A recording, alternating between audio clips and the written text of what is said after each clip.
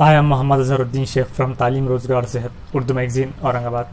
اس سے پہلے ہم نے سورہ الاحزاب کا پارٹ 1 پڑھا تھا، جس میں غزوہ خندق، جس کو غزوہ احزاب بھی کہا جاتا ہے،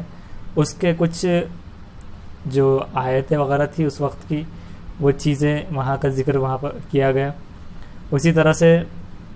اب یہ پارٹ 2 جو ہے اسے ہم شروع کرتے ہیں۔ اعوذ باللہ من الشیطان الرجیم، بسم اللہ الرحمن الرحیم۔ آیت نمبر 28 اے نبی اپنی بیویوں سے کہو کہ اگر تم دنیا کی زندگی اور اس کی زینت چاہتی ہو تو آؤ، میں تم کو کچھ مال و متاع دے کر خوبی کے ساتھ رخصت کر دوں۔ کہ اس میں اس طرح سے اللہ تعالیٰ نے، حالانکہ آپ صلی اللہ علیہ وسلم کی بیویاں جو تھی ازواج مطہرات، تو وہ ان کے دل دنیا میں نہیں تھے ایک حساب سے، اور حضرت عائشہ رضی اللہ تعالیٰ نے کا ایسا معاملہ ہوتا تھا کہ 20 دن جو ہے تو خیر سب چیز مطلب ایسے لٹانے میں ایسے ہوتے تھے کہ جو بھی ہے صدقات خیرات میں، کہ گھر میں کھانے تک کو 20 دن کبھی کبھار ایسا ہوتا تھا کہ کچھ نہیں ہو۔ تو اس طرح سے وہ دنیا کی زندگی انہوں نے کبھی پسند نہیں کی، لیکن اللہ تعالیٰ نے یہ ان دوسرے لوگوں کو بتانے بھی کہو یا پھر جس طرح سے بھی کہ ان کے دل میں اگر کوئی بات ہو بھی تو بھی یہ چیز اس پہ آ جائے، تو اس میں یہ کہا کہ جو غزوہ خندق کا جو جنگ جیتنے کے بعد جو مال متاع حاصل ہوا تھا، تو اپنی بیوی سے یہ کہہ دو کہ اگر تم دنیا کی زندگی اور اس کی زینت چاہتی ہو اگر، تو تم کو کچھ مال و متاع دے کر خوبی کے ساتھ نکاح سے رخصت کر دو۔ آیت نمبر 29 اور اگر تم اللہ اور اس کے رسول اور آخرت کے گھر کو چاہتی ہو تو اللہ نے تم میں سے نیک کرداروں کے لیے بڑا اجر مہیا کر رکھا ہے۔ اور اگر تم اللہ اور اس کے رسول اور آخرت کے گھر کے چاہتی ہو تو اللہ نے تم میں سے نیک کرداروں کے لیے بڑا اجر، بڑا اس کا بدلہ مہیا کر رکھا ہے۔ آیت نمبر 30 اے نبی کی بیویوں، تم میں سے جو کسی کھلی بے حیائی کا ارتکاب کرے گی اس کو دوہرا عذاب دیا جائے گا، اور یہ اللہ کے لیے آسان ہے۔ تو ایک تنبیہ کرتے ہوئے کہو یا پھر ایک تاکید کرتے ہوئے کہ اللہ تعالیٰ نے نبی کی بیویوں کو یہ کہا کہ اگر کوئی، حالانکہ وہ ایسے تھے بھی نہیں، آپ صلی اللہ علیہ وسلم بھی پاک تھے، ان کی بیویاں بھی ازواج مطہرات بھی، تو لیکن پھر بھی ایک حساب سے ہو سکتا ہے کہ ان کے ذریعے اللہ دوسروں کو کچھ نصیحت دینا چاہ رہا ہو، تو اس نے کہا کہ اے نبی کی بیویوں، تم میں سے جو کسی کھلی بے حیائی کا ارتکاب اگر کریں گے تو اس کو دوہرا عذاب دیا جائے گا، اور یہ اللہ کے لیے آسان ہے۔ حالانکہ ایک حساب سے اس سے پہلے اللہ تعالیٰ نے یہ بھی کہا ہے کہ جو نبی کی جو زوجہ ہے وہ سارے مومنوں کی ماں ہیں، وہ مائیں ہیں اس طرح سے۔ تو حالانکہ عذاب تو کئی جگہ پر اللہ نے یہ بھی کہا ہے کہ ان عذاب کا بالکفار ملحق، کہ عذاب تو بے شک جو ہے تو کافروں کے حق میں ہے اور زیادہ تر انکار کرنے والوں کے، پھر منافق ہو کے، لیکن یہ یہاں پر ایک تاکیدی طور پر ایک بات بتائی جا رہی ہے، اور یہ صرف آپ صلی اللہ علیہ وسلم کی ازواج مطہرات کے لیے ہی نہیں بلکہ دنیا کے تمام نیک عورتوں کے لیے بھی یہ کہہ سکتے ہیں کہ یہ چیز ہے، اور یہ اللہ کے لیے آسان ہے۔ آیت نمبر 31 کہ اگر جو کوئی دنیا کی زندگی پسند کرے تو اس کے لیے یہ چیز یہاں بتائی جا رہی ہے، اور خاص طور سے نبی کی بیویوں کو اس طرح سے کہا جا رہا ہے کہ نبی کی بیویاں جو تھے تو ان کے لیے بہترین ٹھکانہ اللہ نے رکھا ہے۔ آیت نمبر 31 اور تم میں سے جو اللہ اور اس کے رسول کی فرما برداری کرے گی اور نیک عمل کرے گی تو ہم اس کو، یعنی اللہ اس کو دوہرا اجر دیں گے، اس کا ڈبل اس کا بینیفٹ دیں گے، اگر جو اللہ اور اس کے رسول کی فرما برداری کریں گی اور نیک عمل کریں گی تو، اور ہم نے، یعنی اللہ نے اس کے لیے باعزت روزی کر رکھی ہے، اور ان کے لیے باعزت ایک عزت دار روزی ہے۔ آیت نمبر 32 اے نبی کی بیویوں، تم عام عورتوں کی طرح نہیں ہو کہ تم لوگ جو ہو تو دنیا کی جو عام عورتیں دوسری ان کی طرح نہیں ہو، اگر تم اللہ سے ڈرو تو تم لہجے میں نرمی اختیار نہ کرو کہ جس کے دل میں بیماری ہے وہ لالچ میں پڑ جائے، اور معروف کے مطابق بات کہو، اور تم اگر اللہ سے ڈرو تو تم لہجے میں نرمی نہ اختیار کرو یعنی کہ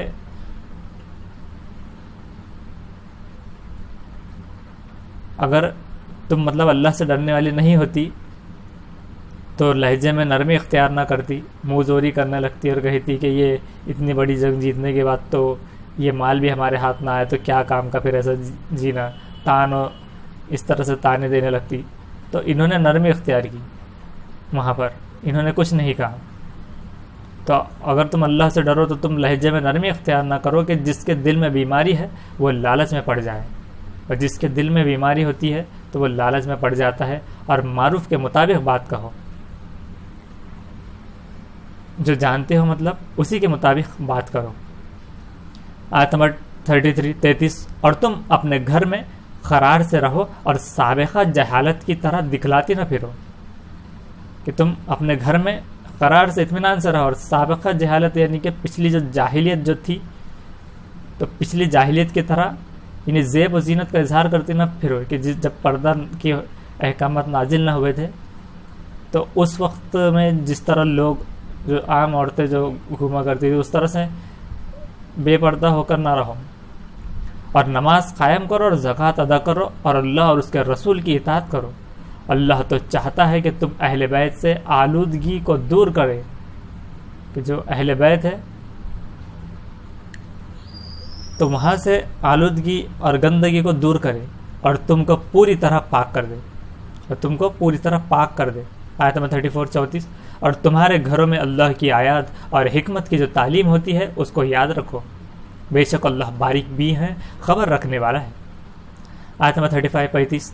بے شک اطاعت کرنے والے مرد اور اطاعت کرنے والی عورتیں اور ایمان لانے والے مرد اور ایمان لانے والی عورتیں اور فرما برداری کرنے والے مرد اور فرما برداری کرنے والی عورتیں اور راست باز مرد اور راست باز عورتیں اور صبر کرنے والے مرد اور صبر کرنے والی عورتیں اور خشوع کرنے والے مرد اور خشوع کرنے والی عورتیں اور صدقہ دینے والے مرد اور صدقہ دینے والی عورتیں اور روزہ رکھنے والے مرد اور روزہ رکھنے والی عورتیں اور اپنی شرمگاہوں کی حفاظت کرنے والے مرد اور اپنی حفاظت کرنے والی عورتیں اور اللہ کو کثرت سے یاد کرنے والے مرد اور یاد کرنے والی عورتیں، ان کے لیے اللہ نے مغفرت اور بڑا اجر مہیا کر رکھا ہے.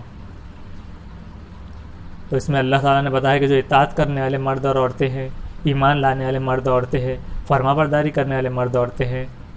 راست باز مرد اور راست باز عورتیں یعنی سیدھے راستے پر جو چلنا ہو، اس طرح سے یہ بھی نکل سکتا ہے. اور باقی مفسرین سے اس کی اور تفسیر لے. صبر کرنے والے مرد، صبر کرنے والی عورتیں، خشوع و خضوع سے رہنے والے مرد اور عورتیں، صدقہ دینے والے مرد اور عورتیں، روزہ رکھنے والے مرد اور عورتیں، شرمگاہوں کی حفاظت کرنے والے مرد اور عورتیں اور اللہ کو کثرت سے یاد کرنے والے مرد اور عورتیں، ان کے لیے اللہ نے مغفرت اور بڑا اجر مہیا کر رکھا ہے. تو اس طرح سے اللہ تعالیٰ نے دنیا کے تمام اس طرح سے لوگوں کے لیے ایک مثال قائم کی اور ان کے لیے بڑا مغفرت اور اجر مہیا کر رکھا ہے ان کے لیے اللہ نے. آیت نمبر 36 کسی مومن مرد یا کسی مومن عورت کے لیے گنجائش نہیں کہ جب اللہ اور اس کا رسول کسی معاملے کا فیصلہ کر دے تو پھر ان کے لیے اس میں اختیار باقی رہے، کہ اس میں کچھ ان کو اللہ اور اس کے رسول کا جب کسی معاملے کا فیصلہ ہو جائے تو اس میں نقص نکالنا یا پھر ایسی چیز کرنے کا کسی مومن مرد اور عورت کے لیے اس میں پھر گنجائش نہیں. اور جو شخص اللہ اور اس کے رسول کی نافرمانی کرے گا تو وہ صحیح گمراہی میں پڑ گیا. آیت نمبر 37 اور جب تم اس شخص سے کہہ رہے تھے جس پر اللہ نے انعام کیا اور تم نے انعام کیا کہ تم اپنی عورت بیویوں کو روکے رکھو اور اللہ سے ڈرو، اور جب اس شخص سے تم کہہ رہے تھے جس پر اللہ نے انعام کیا اور تم نے انعام کیا کہ تم اپنی بیویوں کو روکے رکھو اور اللہ سے ڈرو، اور تم اپنے دل میں وہ بات چھپائے ہوئے تھے جس کو اللہ ظاہر کرنے والا تھا، اور تم لوگوں سے ڈر رہے تھے اور اللہ زیادہ حقدار ہے کہ تم اس سے ڈرو. کہ ڈرنے کا حق تو اللہ سے زیادہ ڈرنے کا حق ہے بندوں کو، کہ وہ اللہ ہی سے ڈرے. پھر جب زید اس سے اپنے غرض تمام کر چکا، ہم نے تم سے اس کا نکاح کر دیا تاکہ اہل ایمان پر اپنے منہ بولے بیٹوں کی بیویوں کے بارے میں کچھ تنگی نہ رہے. وَإِذْ تَقُولُ لِلَّذِي أَنْعَمَ اللَّهُ عَلَيْهِ، اور یاد کیجئے محبوب صلی اللہ علیہ وسلم جب آپ کہہ رہے تھے اس حضرت زید سے جس پر اللہ نے انعام کیا، وَأَنْعَمْتَ عَلَيْهِ، اور جن پر آپ نے بھی انعام کیا اور انہیں آزاد کر دیا، غلام تھے غلامی سے آزاد کیا، اپنا منہ بولا بیٹا بنایا، آپ نے انہیں غلام کی حیثیت سے، نوکر کی حیثیت سے نہیں رکھا، بلکہ اس طرح رکھا جیسے اپنے بیٹوں سے پیار کرتے ہیں۔ تو آپ اس وقت کو یاد کریں جب آپ نے حضرت زید سے فرمایا امسک علیک زوجک، اپنی بیوی کو طلاق نہ دے اور اسے اپنے نکاح میں رکھ، واتق اللہ، اور تو اللہ سے ڈر، وتخفی فی نفسک، اور آپ اپنے جی میں ایک بات چھپا رہے تھے، ماللہ مبدیہ، جسے اللہ تعالی ظاہر فرمانے والا ہے۔ اصل مسئلہ یہ تھا کہ حضرت زید کا نکاح نبی اکرم صلی اللہ علیہ وآلہ وسلم نے اپنی پھوپھی کی بیٹی زینب سے کیا، زینب بنت جہش، جو حضرت عبداللہ بن جہش کی بہن ہے، اور امیمہ بنت عبد المطلب، یعنی آپ کی پھوپھی کی بیٹی ہیں، تو پھوپھی ذات ہوئی حضرت زینب، اور نبی اکرم صلی اللہ علیہ وآلہ وسلم کے سامنے ہی وہ بڑی ہوئی تھی۔ نبی اکرم صلی اللہ علیہ وآلہ وسلم نے حضرت زید سے ان کا نکاح کیا۔ تو جب حضرت زید سے نبی اکرم صلی اللہ علیہ وآلہ وسلم نے نکاح کیا تو حضرت زینب اور ان کے بھائی اور ان کی پھوپھی کو تھوڑا سا فیل ہوا، کیونکہ وہ قریش سے تعلق رکھتے تھے، اور قریش ایک بہت بڑا قبیلہ ہے، تو انہوں نے غیر قریش میں نکاح کرنے کو تھوڑا سا عجیب سمجھا۔ لیکن جب نبی اکرم صلی اللہ علیہ وآلہ وسلم نے حکم دیا تھا تو انہوں نے حضور کے سامنے اپنی عقل کو قربان کر دیا اور کہا کہ ہمیں حضور کا فیصلہ قبول ہے،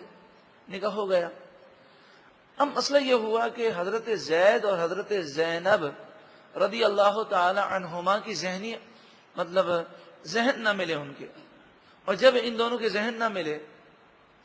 تو حضرت زید بار بار آ کر یہ کہتے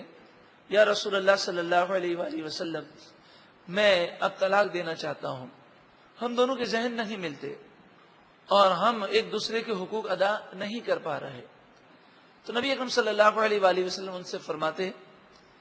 کہ تم اللہ تعالیٰ سے ڈرو اور ایسا کام نہ کرو، کیونکہ میرے کہنے پر ان لوگوں نے رشتہ دیا ہے۔ اب اگر تم ایک سال کے اندر اندر اب دوبارہ یہ کرو گے کہ طلاق دے دو گے کہ نکاح کو صرف ایک سال ہوا ہے، تو ان لوگوں کے دلوں پر کیا گزرے گی؟ مثلا آپ سوچیں کہ ہمارے کہنے پر کسی نے رشتہ دیا ہو اور پھر وہ آ کر ہم سے کہے کہ میں اسے طلاق دینا چاہتا ہوں، تو ہم یہی کہیں گے کہ بھئی آپ نبھاؤ کی کوشش کرو۔ اللہ تبارک و تعالی نے نبی اکرم صلی اللہ علیہ وآلہ وسلم پر وحی نازل فرمائی اور فرمایا کہ زید نبھاؤ نہیں کر سکیں گے اور نوبت طلاق تک پہنچے گی، اور پھر آپ کو اللہ تبارک و تعالی حکم دے گا آپ کو حضرت زینب سے نکاح کرنا ہوگا۔ تو نبی اکرم صلی اللہ علیہ وآلہ وسلم آپ نے اس راز کو راز رہنے دیا اور حضرت زید کو نہ بتایا کہ تمہیں تو میں نبھاؤں کا کہہ رہا ہوں، لیکن اللہ تعالیٰ نے مجھے حکم دیا ہے کہ نتیجہ آخرکار یہی ہوگا۔ رسول اکرم صلی اللہ علیہ وآلہ وسلم نے باوجود معلوم ہونے کے اس راز کو بیان نہ کیا۔ اس سے معلوم یہ ہوا کہ نبی اکرم صلی اللہ علیہ وآلہ وسلم کو اللہ تعالیٰ نے بے شمار چیزوں کا علم دیا، مگر آپ نے مصلحت کے مطابق ان چیزوں کا اظہار کیا اور کئی چیزوں کو حکمت کے مطابق آپ نے بیان نہ کیا۔ پھر حضرت زید نے طلاق دے دی، عدت سے حضرت زینب فارغ ہو گئیں، حضرت زینب بنت جہش۔ اللہ تبارک و تعالیٰ نے حکم دیا کہ آپ ان سے نکاح کریں۔ وَتَخْشَى النَّاسَ، آپ کو خوف محسوس ہوا کہ لوگ دین اسلام کو نقصان پہنچائیں گے۔ وَتَخْشَى النَّاسَ کے لفظی معنی ہے آپ لوگوں سے ڈر گئے، لیکن اس کا مفہوم یہ ہے کہ آپ کو یہ محسوس ہوا کہ یہ رسم ہمارے معاشرے میں اس قدر پختہ ہو چکی ہے کہ منہ بولے بیٹے کی بیوی کو وہاں پر بہو سمجھا جاتا، تو کفار اور منافقین شور مچائیں گے اور اسلام کو نقصان پہنچائیں گے اور کہیں گے کہ رسول اللہ صلی اللہ علیہ وآلہ وسلم نے دیکھیں اپنی بہو سے نکاح کر لیا، اس طرح اسلام کو نقصان پہنچے گا۔ تو حضور کی ذات کو اگر خوف تھا تو اسلام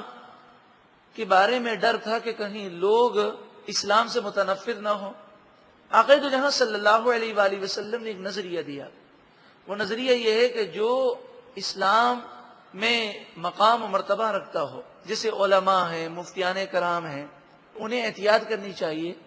کہ کوئی کام جائز ہو، مباح ہو، مگر معاشرے کے اندر وہ کام برا سمجھا جاتا ہو تو پھر اس کام سے، جس کا کام کرنا مطلب یہ کام کرنا فرض اور واجب نہ ہو، تو اس سے اجتناب کرنا چاہیے تاکہ لوگ اس بات کو بنیاد بنا کر اسلام کو نقصان نہ پہنچائے۔ تو نبی اکرم صلی اللہ علیہ وآلہ وسلم نے اکثر مواقع پر یہی طریقہ کار اختیار کیا، لیکن اب یہاں مسئلہ یہ تھا کہ معاشرے کی ایک بری رسم کو ختم کرنا تھا، اور یہ رسم ایسی پختہ تھی کہ جب تک حضور اس رسم کو نہ توڑیں تب تک یہ رسم ٹوٹ نہیں سکتی تھی۔ جیسے فی زمانہ بری رسموں کے سب مخالف ہیں، لیکن باتیں کرنے سے کیا ہوتا ہے؟ آگے بڑھ کر اگر لوگ ہمت کریں اور لوگوں کی ملامت کی پرواہ نہ کریں اور رسم کو توڑیں گے تبھی رسم ٹوٹے گی، ورنہ رسم نہیں ٹوٹے گی۔ تو نبی اکرم صلی اللہ علیہ وآلہ وسلم کی توجہ اس معاملے کی طرف تھی کہ جو نئے نئے مسلمان ہوئے ہیں انہیں منافقین اسلام سے دور نہ کر دیں، انہیں وسوسوں کا شکار نہ کر دیں، کیونکہ نبی کے بارے میں ذرہ برابر بھی وسوسہ آ جائے تو ایمان تباہ ہو جاتا ہے۔ حضور تو اس قدر احتیاط کرتے کہ ایک موقع پر حضور گلی سے گزر رہے تھے تو آپ کی ازواج مطہرات میں سے ایک زوجہ محترمہ آپ کو مل گئیں، تو کوئی بات آپ کو یاد آئی تو آپ ویران گلی میں کھڑے رہ کر انہیں کوئی بات سمجھانے لگے۔ تو دو صحابہ کرام کا گزر ہوا، تو انہوں نے دیکھا کہ حضور کسی عورت سے بات کر رہے ہیں، انہوں نے اپنی نگاہ نیچے کی اور جانے لگے۔ حضور نے انہیں بلایا اور فرمایا میرا نام محمد بن عبداللہ ہے اور یہ کوئی غیر عورت نہیں، یہ میری بیوی ہے۔ تو وہ کہنے لگا استغفر اللہ، نعوذ باللہ من ذالک، یا رسول اللہ ہم آپ کے بارے میں کیسے بدگمانی کر سکتے ہیں؟ تو سوال ہی پیدا نہیں ہوتا، ہم یہ گمان کریں کہ غیر عورت سے آپ ویران گلی میں بات کر رہے ہیں، تو ہمارا واللہ ہمارے ذہن میں کبھی یہ خیال آ ہی نہیں سکتا۔ آپ نے فرمایا تمہارے ذہن میں یہ خیال تو نہیں آئے گا مگر شیطان انسان کی رگوں میں خون کی طرح دوڑتا ہے۔ اس حدیث کی شرح میں علماء بیان کرتے ہیں کہ نبی اکرم صلی اللہ علیہ وآلہ وسلم نے ان کے ایمان کو بچانے کی سعی فرمائی کہ اگر ان کے ذہن میں ذرہ برابر کی بدگمانی آ جائے گی تو ایک عام مومن کے بارے میں بدگمانی کرنا گناہ ہے، اور نبی کے بارے میں یہ خیال آتے ہی ایمان برباد ہو جائے گا۔ تو حضور نے ان کے ایمان کو بچایا۔ رسول اللہ صلی اللہ علیہ وآلہ وسلم اپنے امتیوں کے ایمان کا تحفظ فرماتے ہیں۔ اللہ تبارک و تعالی کرم فرمایا اور حضور کے صدقے میں ہمیں بھی ایمان کی سلامتی عطا فرمایا۔ اس واقعے سے یہ بھی پتہ چلا کہ انسان کو احتیاط کرنی چاہیے، اور بدگمانی ہونے کا امکان ہو تو وضاحت کر دینی چاہیے کہ یہ اصل معاملہ یوں ہے۔ تو یہاں بھی نبی اکرم صلی اللہ علیہ وآلہ وسلم نے یہی خیال کیا، وَتَخْشَى النَّاسَ کی یہی معنی ہے، کیونکہ رسول اللہ صلی اللہ علیہ وآلہ وسلم صرف اللہ سے ڈرتے ہیں۔ اس سے مراد یہ ہے کہ کہیں لوگ اسلام کو نقصان نہ پہنچا دیں اور بدگمانی پھیلانے میں کامیاب نہ ہو۔ تو فرمایا وَاللَّهُ أَحَقُّ أَن تَخْشَاهُ، اللہ تعالی ہی زیادہ مستحق ہے کہ آپ اس سے ڈریں۔ مراد یہ ہے کہ جب یہ رسم آپ کو ختم کرنی ہے اور اس کا کرنا ضروری ہے، ٹھیک ہے امکان ہے کہ دشمن افواہ پھیلائیں گے، مگر جب ایک کام کرنا ہمارے لیے ضروری ہو تو پھر بدگمانیوں کی پرواہ نہ کی جائے، افواہوں کی پرواہ نہ کی جائے۔ اللہ پر جب آپ بھروسہ رکھیں گے تو اللہ تبارک و تعالی اسلام کو نقصان پہنچنے سے محفوظ فرمائے گا۔ تو نبی اکرم صلی اللہ علیہ وآلہ وسلم تو اللہ سے سب سے زیادہ ڈرنے والے ہیں۔ ہماری تعلیم ہے کہ ہم اگر کوئی ضروری کام کریں جو اسلام کے لیے ضروری ہو تو پھر لوگوں کی پرواہ نہ کریں۔ مثلا ایک چھوٹی سی مثال ہے، ایک بھائی سے عرض کیا، اس طرح کے کئی بھائی ہیں جن سے کہا جائے کہ جناب آپ جہیز نہ لیں، تو وہ کہتے ہیں کہ جناب مولانا صاحب اگر ہم جہیز نہیں لیں گے تو ہمارے خاندان میں تو رواج ہے کہ گھر سامان لیا جاتا ہے، اور جس لڑکے میں کوئی نقص ہوتا ہے وہ نہیں لیتا، تو یہ سمجھا جائے گا کہ اس کو کوئی رشتہ نہیں دیتا تھا، اس لیے مجبور ہو کر انہوں نے ایسی لڑکی سے شادی کی جو جہیز دینے پر قادر نہیں ہے، تو اس طرح ہماری بدنامی ہوگی۔ اب بتائیے، ایک طرف یہ بدنامی کا مسئلہ ہے، بدگمانیوں کا مسئلہ ہے اگر ایسا ہوتا ہے، دوسری طرف اس جہیز کی رسم کو جو لعنت کی شکل اختیار کر گئی اس کو ختم کرنا ہے، تو اس کے لیے کسی نہ کسی کو تو آگے بڑھنا ہوگا اور ان ملامتوں کو برداشت کرنا ہوگا۔ تو نبی اکرم صلی اللہ علیہ وآلہ وسلم نے اس رسم کو ختم کرنے کے لیے آپ آگے بڑھے اور آپ نے حضرت زینب بنت جہش سے نکاح فرمایا۔ اس موقع پر بعض ظالموں نے، یہودیوں، عیسائیوں نے، مستشرقین نے اس واقعے کو ایسا بگاڑ کر پیش کیا اور ایسی مردود روایتیں بنائیں، نعوذ باللہ من ذالک، ان روایتوں کو تو ہم پیش کرنے کی بھی جرت نہیں رکھتے کہ مسلمانوں کے خلاف اور ہمارے نبی کے بارے میں وہ کیسی من گھڑت باتیں اور کیسی غلط غلط باتیں منسوب کرتے ہیں۔ ہمارے نبی اکرم صلی اللہ علیہ وآلہ وسلم وہ پاک ہیں، ہر قسم کی نفس و شیطان کی شرارتوں سے پاک ہیں، بلکہ آپ تو فرماتے ہیں کہ ہر انسان کے ساتھ شیطان ہے۔ تو صحابہ کرام عرض کرتے ہیں آپ کے ساتھ بھی، آپ نے فرمایا کہ میرے اوپر جو شیطان یعنی ابلیس لعین نے اپنا جو چیلا مقرر کیا، میں نے اس کو مسلمان کر لیا ہے، وہ مجھے نیکی کی دعوت دیتا ہے۔ اب آپ بتائیے کہ حضور کا تو یہ مقام و مرتبہ ہے، یعنی ازواج مطہرات کا یہ مقام ہے کہ حدیث پاک میں موجود ہے کہ ازواج مطہرات کے پاس خواب میں بھی شیطان نہیں آ سکتا۔ اب سوچیں تو پھر حضور کا مقام کس قدر بلند و بالا ہوگا۔ اللہ تعالی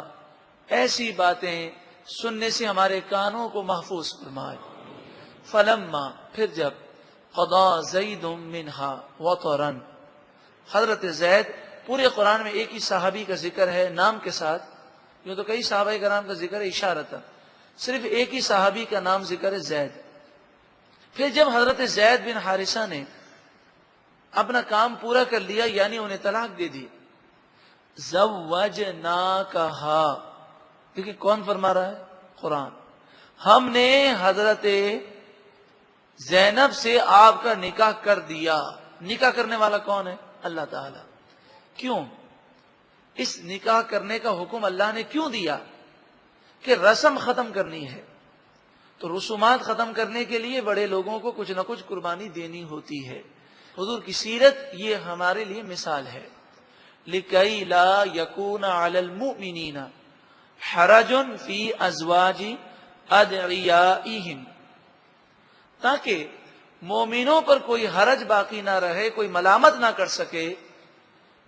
ان کے منہ بولے بیٹوں کی بیویوں سے نکاح کرنے میں، تاکہ آئندہ یہ رسم ختم ہو جائے۔ منہ بولا بیٹا حقیقی بیٹا نہیں ہوتا، نہ اسے وراثت میں حصہ ہے، نہ اس کی بیوی حقیقی بہو ہے، وہ پردے کے احکامات اور سارے معاملات اپنی جگہ ہیں۔ اذا قضوا منہن وطرا، جب منہ بولے بیٹے اپنا کام پورا کر لیں یعنی طلاق دے دیں اور وہ عورتیں عدت گزار لیں، تو منہ بولے باپ ان سے نکاح کر سکتے ہیں کہ وہ ان کی حقیقی بیٹیاں نہیں ہیں، نہ حقیقی بہو ہیں۔ وَكَانَ أَمْرُ اللَّهِ مَفْعُولًا، اور اللہ تعالی جو چاہتا ہے وہ کرتا ہے، اللہ کا حکم ہو کر رہتا ہے۔ تو یہ اللہ کا حکم تھا، حضور نے اس پر عمل کیا۔ اب ہمارے معاشرے کے اندر رات کو دیر سے کھلانے کی ایک رسم ہے کہ 1 بجے 2 بجے دعوتوں سے لوگ فارغ ہوتے ہیں۔ اب اگر ہم ان دعوتوں کا بائیک آؤٹ کریں کہ بھئی ہم 10 بجے آئیں گے، 10:30 بجے چلے جائیں گے، کھانا ملے یا نہ ملے، یا ہم ہمارے یہاں دعوت رکھیں اور کہیں کہ جناب 10 بجے کھانا شروع کر دیں گے، 1 آدمی بھی ہوگا تو ہم کھلانا شروع کر دیں گے، تو ٹھیک ہے، لوگ ملامت کریں گے، لوگ باتیں بنائیں گے، لیکن ان رسومات کو صرف مذمت کرنے سے رسومات ختم نہیں ہوں گی، اس کے لیے ہمیں قدم بڑھانے ہوں گے۔ اسی طرح اگر کوئی عورت کو طلاق ہو جائے تو طلاق شدہ عورت کے بارے میں کوئی کنوارا لڑکا اس سے نکاح کرنے کو تیار نہیں ہوتا۔ اگر وہ کرے تو لوگ باتیں بناتے ہیں، پتہ نہیں کیا مسئلہ ہوگا، اور پھر عجیب و غریب قسم کی باتیں بناتے ہیں، وہ میری بات آپ سمجھ گئے ہوں گے۔ لیکن اگر کوئی عورت اس کا قصور نہیں ہے اور بغیر کسی قصور کے اس کو طلاق پڑ جاتی ہے، تو اس کا کیا قصور ہے کہ اسے حقیر سمجھا جائے یا اس سے نکاح کرنے کے لیے عام مرد تیار نہ ہو؟ تو پھر ایسے معاملات میں اگر کوئی یہ اقدام اٹھاتا ہے اور اللہ کی رضا کے لیے اٹھاتا ہے تو لوگوں کی ملامت کی پرواہ نہ کرے. کئی ایسے معاملات ہیں جس کے اندر قدم اٹھانے پڑتے ہیں اور لوگوں کی ملامت کی پرواہ نہیں کرنی پڑتی. اسی کا ذکر قرآن پاک میں دوسرے مقام پر ہے، لا یخافون لومۃ لائم. اللہ کے نیک بندے اللہ کی رضا کے لیے جو اقدام اٹھاتے ہیں اس میں ملامت کرنے والوں کی ملامت کی وہ ہرگز پرواہ نہیں کرتے. ما کان علی النبی من حرج، نبی پر کوئی حرج نہیں، فیما فرض اللہ لہ، جو حکم اللہ نے دیا اس پر عمل کرنے میں ان پہ کوئی حرج نہیں. اللہ نے انہیں یہ حکم دیا، آپ نے اس پر عمل کیا. سنت اللہ فی الذین خلو من قبل، یہ اللہ تعالیٰ کا وہ طریقہ ہے کہ جو حضور سے پہلے انبیاء میں بھی جاری و ساری رہا. یعنی حضور اقدس صلی اللہ علیہ وآلہ وسلم پر یہودی اعتراض کرتے کہ عام مسلمانوں کو 4 نکاح کی اجازت ہے اور آپ نے 4 سے زائد نکاح فرمائے، تو فرمایا ان سے پہلے بھی انبیاء کو اللہ تعالیٰ نے یہ حکم دیا اور انہوں نے زیادہ نکاح کیے. مثلا حضرت داؤد علیہ السلام کی 99 بیویاں تھیں، 99، اور حضرت سلیمان علیہ السلام کی 300 بیویاں تھیں. تو نکاح کا وہ مقصد جو ہمارے ذہن میں ہے، انبیاء کا وہ مقصد نہیں ہوتا. ان کا مقصد یہ ہوتا ہے کہ وہ دنیا کے لیے مثال بن کر آتے ہیں. تو جس طرح وہ مردوں کے لیے تعلیم کا ذریعہ ہوتے ہیں، اسی طرح خواتین کے لیے انہیں تعلیم دینا ضروری ہے تاکہ وہ خواتین ان کے دنیا سے جانے کے بعد ان کی احادیث کو دنیا کے اندر پھیلائیں. اور خواتین کے بعد ایسے مسائل ہیں جو نبی اپنی ازواج مطہرات ہی سے ذکر کر سکتے ہیں. اسی لیے کہا جاتا ہے کہ حضرت عائشہ صدیقہ رضی اللہ تعالی عنہا سے 25% دین ہمیں روایتاً ملا ہے. اگر حضرت عائشہ کی روایتیں نکال دی جائیں تو دین اسلام کے 25% مسائل ہم ان مسائل سے جاہل ہو جائیں گے. تو حضرت عائشہ کو حضور اقدس صلی اللہ علیہ وآلہ وسلم نے وہ مسائل بیان کیے جو ایک عام آدمی بھی اپنی بیوی کے علاوہ کسی اور کے سامنے ان مسائل کا ڈسکس نہیں کر سکتا. تو حضور تو مثال بن کر آئے ہیں اور حضور کی تعلیمات ہر شعبے کے لیے ہے. تو آپ نے مختلف ازواج مطہرات کو مختلف موقعوں پر مختلف حدیثیں بیان کی. اور پھر نبی اکرم صلی اللہ علیہ وآلہ وسلم نے جتنے نکاح فرمائے، حضرت عائشہ سے نبی اکرم صلی اللہ علیہ وآلہ وسلم نے نکاح فرمایا تو حضور کے نکاح میں صرف ایک ہی زوجہ تھی.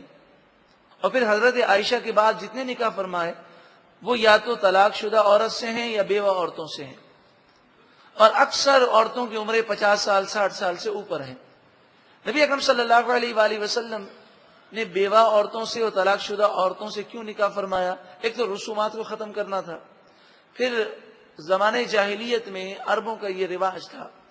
کہ اگر کسی قبیلے کی کوئی عورت کسی کے نکاح میں چلی جائے تو چاہے وہ قبیلہ اس کا دشمن ہو، وہ کہتا کہ یہ تو ہمارا داماد بن گیا، اس لیے وہ قبیلہ اس کے خلاف کھڑا نہیں ہوتا تھا. تو نبی اکرم صلی اللہ علیہ وآلہ وسلم نے یہ نکاح فرمائے، اس سے اسلام کو تقویت ہوئی اور اسلام کے دشمن قبائل اسلام کے دوست بن گئے. تو اور بے شمار مقاصد تھے. وَكَانَ أَمْرُ اللَّهِ قَدَرًا مَقْدُورًا، اللہ تبارک و تعالی کا حکم بہت زیادہ مقرر ہے. جو اللہ تعالی حکم فرماتا ہے وہی نبی کے لیے کرنا لازمی ہے. جب اللہ نے حکم دیا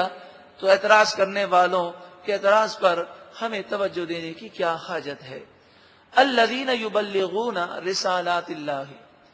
وہ نبی جو اللہ کے پیغام کو پہنچاتے ہیں ان کا یہ طریقہ رہا کہ وہ اللہ کے حکم پر عمل کرنے میں کسی کی ملامت کی پرواہ نہیں کرتے. وَيَخْشَوْنَهُ، اور وہ اللہ سے ڈرتے ہیں. وَلَا يَخْشَوْنَ أَحَدًا إِلَّا اللَّهِ، اللہ کے سوا کسی اور سے نہیں ڈرتے. تو جب نبی اکرم صلی اللہ علیہ وآلہ وسلم کو حکم ہوا تو آپ نے ملامت کی پرواہ نہ کی اور 4 سے زائد نکاح فرمائے. جس طرح اللہ نے حکم دیا آپ نے وہی کیا. وَمَا يَنْطِقُ عَنِ الْهَوَىٰ إِنْ هُوَ إِلَّا وَحْيٌ يُوحَىٰ، حضور کا فعل تو اپنی جگہ ہے، صرف زبان اقدس کے متعلق فرمایا کہ حضور تو اپنی زبان سے جو کلام نکالتے ہیں وہ سب وحی الہی ہوتا ہے۔ وَكَفَى بِاللَّهِ حَسِيبًا، اور اللہ حساب لینے کے لیے کافی ہے۔ تو جو ایسی باتیں کرتے ہیں ان کو جہنم میں عذاب دینے کے لیے اللہ کافی ہے۔ مَا كَانَ مُحَمَّدٌ أَبَا أَحَدٍ مِّن رِّجَالِكُمْ، جن منافقین اور یہودیوں نے اور کافروں نے شور مچایا کہ حضور نے اپنے بیٹے کی بیوی سے یعنی بہو سے نکاح کر لیا، بڑا شور مچایا، اس پر آیت کریمہ نازل ہوئی، ما کان محمد ابا احد من رجالکم،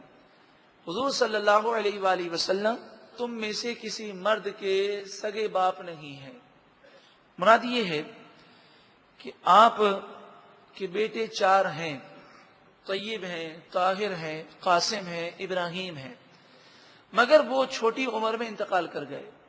اس عمر کو نہ پہنچے جسے مرد کہا جا سکے، یعنی بالغ نہ ہوئے۔ تو کسی بالغ مرد کے نبی اکرم صلی اللہ علیہ وآلہ وسلم سگے باپ نہیں ہیں، تو زید بھی حضور کے سگے بیٹے نہیں ہیں، تو ان کی بیوی جو اب سابقہ بیوی ہے وہ حضور کی سگی بہو نہ ہوئی، لہذا ان سے نکاح کرنے میں کوئی اعتراض کی گنجائش نہیں ہے۔ ہاں ولیکن رسول اللہ، ہاں حضور اللہ کے رسول ہیں، اور رسول روحانی باپ ہوتے ہیں اور سگے باپ سے بھی زیادہ شفقت و محبت کرتے ہیں۔ وخاتم النبیین، اور نبی اکرم صلی اللہ علیہ وآلہ وسلم تمام نبیوں میں سب سے آخری نبی ہیں کہ اب حضور کے بعد کوئی نبی نہیں آئے گا، یہی اس کے معنی ہے۔ جو خاتم النبیین کے کوئی اور معنی بیان کرے، مثلا کوئی کہ خاتم النبیین کے معنی آخری نبی نہیں ہے بلکہ اس کے معنی افضل نبی، تو وہ کافر ہو جائے گا کہ قرآن کے معنی میں جان بوجھ کر تحریف کرنا یہ کفر ہے۔ تو یہ مشہور و معروف معنی ہے، جیسے الصلاۃ، کوئی کہ اقیم الصلاۃ کے معنی یہ نہیں نماز پڑھو بلکہ اس کے معنی ہے دعا مانگا کرو، تو کافر ہوگا کہ وہ نماز کا انکار کر رہا ہے۔ تو اس آیت کی یہی معنی ہے حضور آخری نبی ہیں، جو اس کے معنی الگ بتائے تو کافر ہو جائے گا کہ اس نے خاتم النبیین کے معنی میں تبدیلی کی، یا وہ یوں کہے کہ کوئی اور نبی آئے گا تو نہیں لیکن بالفرض آ بھی جائے تو حضور ہی خاتم النبیین ہے، کہ خاتم النبیین کے معنی افضل نبی ہے، تو وہ دار اسلام سے خارج ہو جائے گا۔ اور جہاں تک قادیانیوں کا تعلق ہے، مرزا غلام احمد قادیانی کے ماننے والے، ان کے مختلف اقوال ملتے ہیں، یعنی یہ لوگ بہت ہی زیادہ دھوکے باز ہیں، جیسے مسلمان کی سوچ ہوتی ہے ویسی وہ بات بتاتے ہیں۔ اصل میں مرزا غلام احمد قادیانی کو نبی مانتے ہیں، لیکن جب ہم یہ کہتے ہیں کہ جناب آخری نبی تو حضور ہی ہیں اور کوئی بھی نہیں، تو کہتے ہیں نہیں ہم نبی نہیں کہتے، ہم یہ کہتے ہیں کہ یہ حضور کے نائب ہیں، خلیفہ ہیں، ہم نبی نہیں مانتے۔ یہ جھوٹ بولتے ہیں، ان کی کتابوں میں یہی بات لکھی ہے اور ان کا عقیدہ یہی ہے، مگر مسلمانوں کو بیوقوف بنانے کے لیے اور ان کی ہمدردیاں حاصل کرنے کے لیے جھوٹ بولتے ہیں۔ ہماری طرح نماز پڑھتے ہیں، ہماری طرح کلمہ پڑھتے ہیں، ہماری طرح حضور پر درود پڑھتے ہیں، بلکہ اب تو یہ یورپ کے اندر ہماری طرح نعتیں پڑھتے ہیں، یعنی بالکل ہماری کاپی کرتے ہیں اور مسلمانوں کو بیوقوف بنانے کی کوشش کرتے ہیں۔ مرزا غلام احمد قادیانی یہ کافر ہے، مرتد ہے، من شک فی کفرہ فقد کفر، جو اس کے کفر میں بھی شک کرے وہ بھی کافر ہے۔ تو اگر کوئی قادیانی صرف مرزا غلام احمد قادیانی کو مسلمان ہی مانتا ہو تو وہ کافر ہو جائے گا، کہ جس نے نبوت کا دعویٰ کیا اسے جو مسلمان سمجھے وہ کافر ہے۔ تو اس لحاظ سے جتنے بھی قادیانی ہوں، چاہے وہ کچھ بھی کہیں، ان کا اسلام سے کوئی تعلق نہیں، وہ مسلمان نہیں ہے، وہ کافر ہیں اور انہیں کافر ماننا ضروری ہے۔ جو انہیں مسلمان سمجھے اس کے ایمان کا مسئلہ ہے۔ من شک فی کفرہ فقد کفر، کہ جو کافر ہے اس کے کفر میں شک کرنا اور اسے کافر نہ سمجھنا یہ بھی کفر ہے۔ تو اس موقع پہ بعض لوگ کہتے ہیں جناب ہم کسی کو کافر سمجھے، مسلمان سمجھے، ہمیں اس کی کیا ضرورت ہے؟ بھئی ہم تو کسی کو کافر نہیں کہتے، بلکہ قرآن میں تو حکم ہے کہ کافر کو بھی کافر نہ کہو۔ ایسی بات نہیں ہے، یہ کہنا قرآن پر جھوٹ باندھنا ہے۔ سورہ کافرون کی ابتدا میں کیا فرمایا؟ قل، اے محبوب آپ فرمائیے، یا ایھا الکافرون، اے کافروں۔ اگر کافر کو بھی کافر کہنا گناہ ہوتا تو حضور سے یہ کیوں فرمایا جاتا؟ آپ فرمائے اے کافروں۔ تو کافر کو تو کافر ہی کہیں گے، کافر کو مسلمان تو نہیں کہہ سکتے۔ پھر کہتے ہیں جناب ہمیں کیا پتہ چلے، ہو سکتا ہے یہ مسلمان ہو جائے۔ یہ تو کوئی بات نہ ہوئی، جب تک کافر اس کو کافر کہیں گے، جب مسلمان ہو جائے گا تو مسلمان کہیں گے۔ یہ تو پھر مسلمان کو بھی مسلمان نہیں کہنا چاہیے، کیا معلوم اب وہ کلمہ کفر بک کر وہ کافر نہ ہو جائے۔ تو جب تک مسلمان ہے ہم اسے مسلمان کہیں گے، اور اگر کافر ہوگا تو کافر کہیں گے۔ اور جس کے بارے میں ہمیں معلومات نہیں تو اس پر ہم خاموشی اختیار کریں گے۔ تو قادیانیوں کے بارے میں جب ہمیں معلومات ہے، خود 1973 کے آئین میں یہ بات موجود ہے کہ قادیانی دار اسلام سے خارج ہیں، چاہے قادیانی کہلائیں، چاہے مرزائی کہلائیں، چاہے احمدی کہلائیں، چاہے لاہوری گروپ کہلائیں، ان کے مختلف نام ہیں، یہ سارے دار اسلام سے خارج ہیں۔ وَكَانَ اللَّهُ بِكُلِّ شَيْءٍ عَلِيمًا، اور اللہ تعالی ہر چیز کو خوب جاننے والا ہے۔ یا ایھا الذین آمنوا، اے ایمان والو۔ آیت نمبر 38 پیغمبر کے لیے اس میں کوئی مذائقہ نہیں جو اللہ نے اس کے لیے مقرر کر دیا ہو۔ یہی اللہ کی سنت ان پیغمبروں کے معاملے میں رہی ہے جو پہلے گزر چکے ہیں، اور اللہ کا حکم ایک قطعی فیصلہ ہوتا ہے۔ آیت نمبر 39 وہ اللہ کے پیغاموں کو پہنچاتے تھے اور اسی سے ڈرتے تھے، اور اللہ کے سوا کسی سے نہیں ڈرتے تھے، اور اللہ حساب لینے کے لیے کافی ہے۔ آیت نمبر 40 محمد صلی اللہ علیہ وسلم تمہارے مردوں میں سے کسی کے باپ نہیں ہے، لیکن وہ اللہ کے رسول اور نبیوں کے خاتم ہے، آخری نبی ہے، اور اللہ ہر چیز کا علم رکھنے والا ہے۔ تو یہ تو سورہ الاحزاب، جس میں ہم نے کچھ آخر میں اس کی تفسیر بھی رکھی۔ اس کا ہم اگلے ویڈیو میں اس کا پارٹ 3 پڑھیں گے۔ تو آپ ویڈیو کو زیادہ سے زیادہ شیئر کیجئے، سبسکرائب کر کریے چینل، اور بیل آئیکن دبائیے، اور دوسروں کو ویڈیو پہنچا کر ثواب جاری حاصل کرے۔ جزاک اللہ۔